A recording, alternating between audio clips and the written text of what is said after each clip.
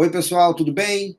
Estamos aqui em mais um episódio do nosso projeto Conversa com Ciência, que é um projeto da Fundação Astef e da SBPC, com o objetivo de trazer ciência para a nossa sociedade de uma forma fácil, entendível, né? Para que todos entendam e valorizem a nossa ciência, certo? Então, hoje nós temos aqui o nosso grande amigo José Antônio Macedo, né, conhecido como Tonho, tá? Para os íntimos, né? Para os íntimos.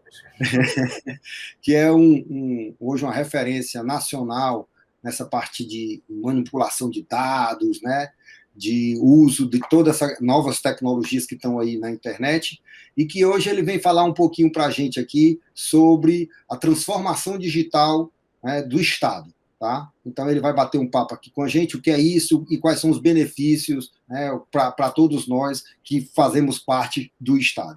Macedo, muito obrigado aqui por você estar aqui conosco, né? Eu sei que a sua agenda aí é bastante complicada, né? Mas eu fico muito feliz aí por você demandar um pouquinho desse tempo aqui para a gente bater um papo, conversar um pouquinho sobre ciência, como uma forma de valorizar a ciência. Muito obrigado, meu amigo, por você estar aqui comigo.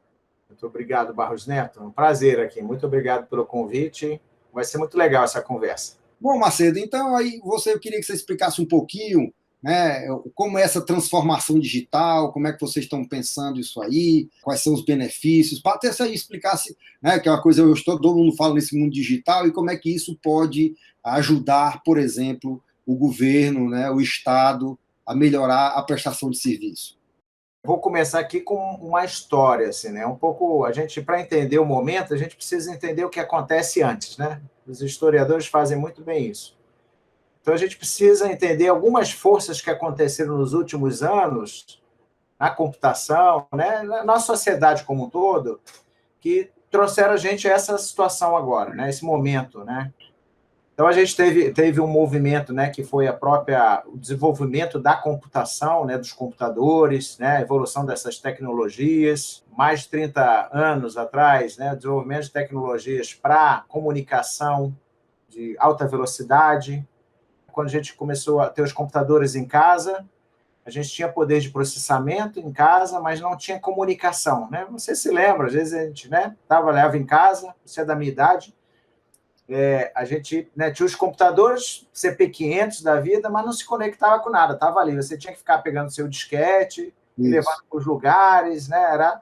Não existia essa rede de comunicação, esse sistema nervoso. Interconectividade, né? Aí a conectividade apareceu, né? E permitiu um fato novo, é que as pessoas passassem a colaborar, né? Ou seja, o teu computador que estava na tua casa agora podia se comunicar com outro computador, né? E você trocar informações. Isso fez com que explodisse a internet, a web, né? Essa grande rede que a gente se comunica, e fortaleceu aí a aceleração da troca de conhecimento, as pessoas começaram a trabalhar. Eu me lembro até, a primeira rede que eu utilizei foi a BitNet, não sei se lembra dela, né? Mas muito tempo atrás. Mas eu já conversava, eu estudava, era aluno da UFRJ, eu conversava com o pessoal da NASA, trocava algoritmos, de uma maneira muito ainda precária, né? Era demorado para baixar os arquivos. Isso foi evoluindo, né? Então a gente chegou... Muita coisa de escada ainda, né? Não tinha nem escada, que você tinha, né? Então, e foram evoluindo. Hoje você tem uma conectividade de alta velocidade, né? Você está em casa, você não precisa de cabo, é rede sem fio, você tem o seu celular. Então, né, essa segunda onda tecnológica da comunicação, ela trouxe essa possibilidade. Eu não trabalho mais sozinho, eu trabalho agora em conjunto. E a terceira força foram essa capacidade da gente coletar dados, né, de sensoriamento, né, o que o pessoal chama de internet das coisas. A gente conseguiu colocar em tudo que é equipamento um sensor, né, um mini computador lá dentro. Até o nosso celular hoje ele tem mais poder de processamento que um supercomputador na década de 60. E aí isso trouxe uma outra onda, que foi a onda do que o pessoal chama de Big Data. Ou seja, todo mundo começou a ser um produtor de informação. Não só as pessoas, mas os dispositivos. Hoje qualquer dispositivo está produzindo informação todo o tempo. As câmeras aqui do meu prédio estão gerando imagens, né? Os sensores de rua estão gerando dados sobre passagem de carro, de veículos. Enfim, o seu celular está mostrando o seu deslocamento, tudo isso. Então, a gente gerou uma possibilidade de eu juntar um monte de dados. Então, a gente tem uma situação, a gente tem uma quantidade enorme de dados, a gente tem tecnologia hoje, né, desenvolvida para processar esses dados, e tem a comunicação eficiente. E aí, para botar uma cerejinha nesse bolo aí, surgiram, né, a computação ela passou a ser vista agora como uma commodity. Aí, nesse cenário, surgiu o que a gente chama de computação em nuvem. Tem até as nuvenzinhas aí atrás do seu banner aí, né? A computação em nuvem, ela permitiu que eu transformasse toda essa computação, o poder de processamento, como commodity. Quando eu digo como commodity, é como energia, como água, como luz. Você tem instalação na sua casa, abre a torneira, você usa a água e paga pelo que você usa. Então, isso permitiu um outro elemento a mais, né? Não só a comunicação, mas eu poder estar aqui em casa hoje e eu pago lá na Amazon um supercomputador para processar meus algoritmos. Então, eu junto quantidade de dados, poder de processamento e comunicação. Então, isso traz para a gente um cenário assim, muito promissor nesse momento para a gente lidar com esses dados, né? Usar dados para tomar decisões. E aí, para melhorar mais ainda, a gente tem, né, uma maneira também nova de desenvolver esses algoritmos. Antigamente, os algoritmos, basicamente, você tinha que dar as regras para eles e eles seguiam aquelas regras. Então, eles eram programados, os computadores eram programados. Com a evolução da inteligência artificial, a gente hoje tem algoritmos que você não precisa dar as regras para eles, você dá os exemplos para eles. Então, eles passam a aprender a partir de exemplos que você dá, como uma criança, onde você agora pode pegar a imagem, né, sei lá, mostra para um computador a imagem de vários cachorros, vários gatos, e ele consegue aprender o que é um cachorro, o que é um gato. Então, unindo tudo isso, você tem um panorama aí muito, né, especial, né, que nunca aconteceu na história da computação e na nossa história, onde você pode ter algoritmos que aprendem um volume de dados enorme, poder de processamento na tua mão a qualquer tempo e hora, né, e comunicação muito fácil. Então, o que muda agora? Né? Nesse cenário, trouxe uma mudança muito grande na nossa sociedade em termos de comportamento do cidadão. Hoje, o cidadão, a maior parte das pessoas tem celulares, né? O Brasil é um exemplo de tem mais celulares do que pessoas. Então, o cidadão hoje ele está com o celular, está conectado, né? Então ele consegue interagir, né, com outras pessoas de uma maneira mais fácil. Então, isso trouxe um fenômeno interessante, porque a gente tem um cidadão incluído digitalmente, mas excluído socialmente, porque as políticas, né, do governo têm dificuldade de, às vezes, fazer essa inclusão social. E aí isso coloca em xeque os governos, né, as ações dos governos, porque os governos têm que atender esse cidadão conectado, né, que sabe da informação, né, que exige informação do governo, que exige melhores serviços, porque ele começa a equiparar os serviços que ele usa no aplicativo com os serviços que ele usa no governo e vê que há uma disparidade enorme. Então, os governos eles são obrigados, né, não tem outra saída, né, e o serviço público é obrigado a atender esse novo cidadão conectado, que agora ele quer ter serviços, né, ele quer ter informação, ele quer ter transparência, e aí entra a necessidade do governo, né, ou dos governos se transformarem em governos digitais. Então, eles precisam conseguir atender o cidadão. É uma demanda que veio da sociedade. O que seria um exemplo hoje dessa transformação digital? Né? Você usou a capacidade de processamento, a geração de dados. O que é que isso impacta na minha vida, essa transformação digital?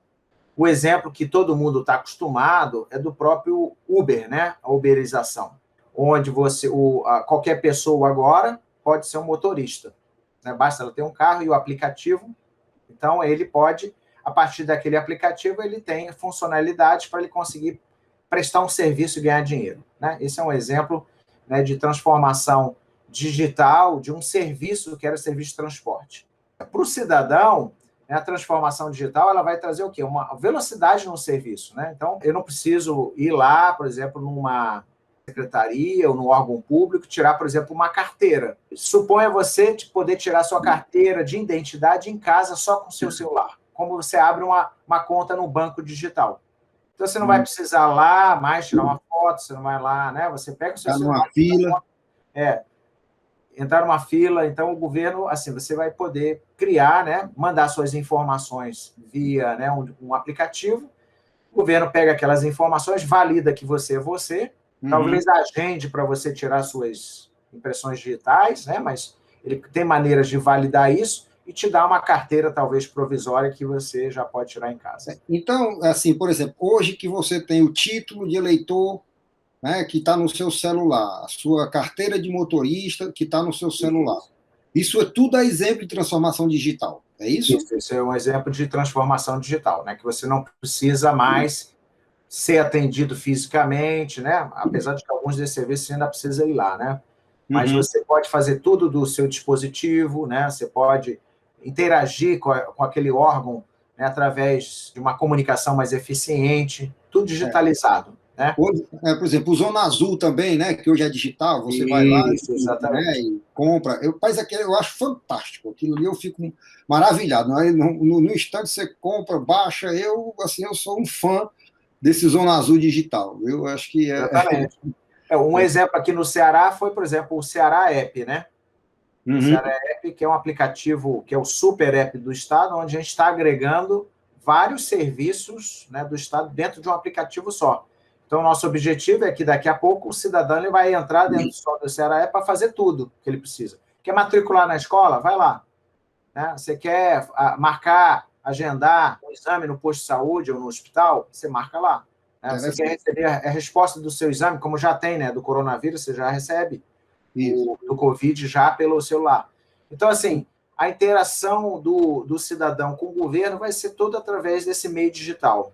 Né? Isso é interessante, por exemplo, eu tive aqui a minha sogra, teve um pequeno acidente de carro, nada, não houve nenhum, só dano material, não houve nenhum.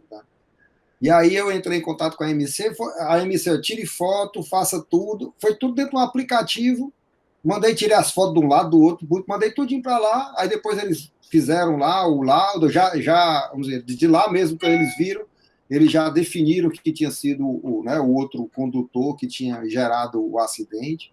Eu achei também muito interessante. Né? Isso é um exemplo de digitalização de serviço público, né? Serviço ao cidadão. Mas isso também está dentro da transformação digital. Dentro da transformação digital. Algo importante para destacar e deixar claro, transformação digital não tem só relação com tecnologia, né? Porque a gente deu os exemplos de aplicativo, né?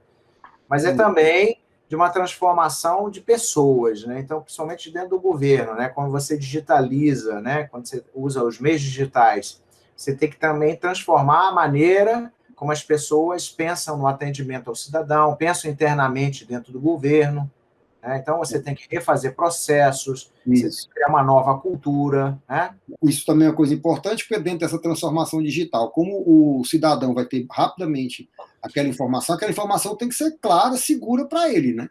Exatamente. Então, né, você também teria... Por isso que, então, os processos lá dentro do governo tem que estar bem trabalhado, bem organizado, né, mapeado direitinho, para que não haja nenhuma informação...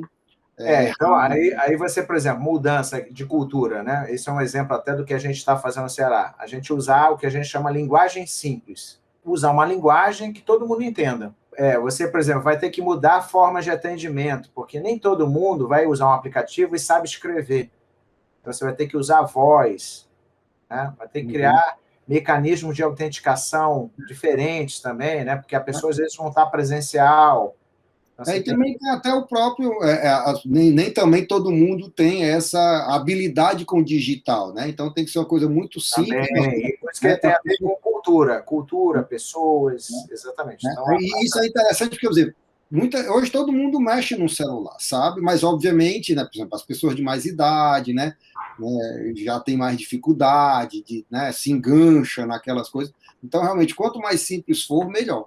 Né? Exatamente. Porque, assim, a gente fala em transformação digital, mas é uma transformação das pessoas, acima de tudo, das pessoas. De quem vai ser o usuário, de quem também está prestando serviço. Essa abordagem é interessante porque a gente sempre pensa que não, é só botar o computador que resolve. A tecnologia só é o canal, é o meio. O canal virou um canal digital, mas né, o canal, dessas duas partes, né, do canal, você vai ter que treinar aquelas pessoas para que elas passem a usar aquele novo canal, aquela nova maneira de interagir. Bom, Macedo, queria agradecer, acho que foi bastante esclarecedor. Né? Eu sempre digo que eu aprendo bastante, né? Porque estou conversando com diz aí, com Deus e o mundo, né? Então, isso é muito bom. Né? Então, eu queria te agradecer aqui, né, por estar aqui explicando um pouquinho para a gente essa transformação digital. E espero que ela venha o mais rápido possível, né, porque isso vai facilitar a vida de todo mundo. Né? E até do próprio Estado. Né? Com certeza. Vai tornar o Estado mais eficiente, mais ágil, com certeza. É uma transformação de tudo, né? Muito obrigado, meu amigo. Muito obrigado, hein, Barros.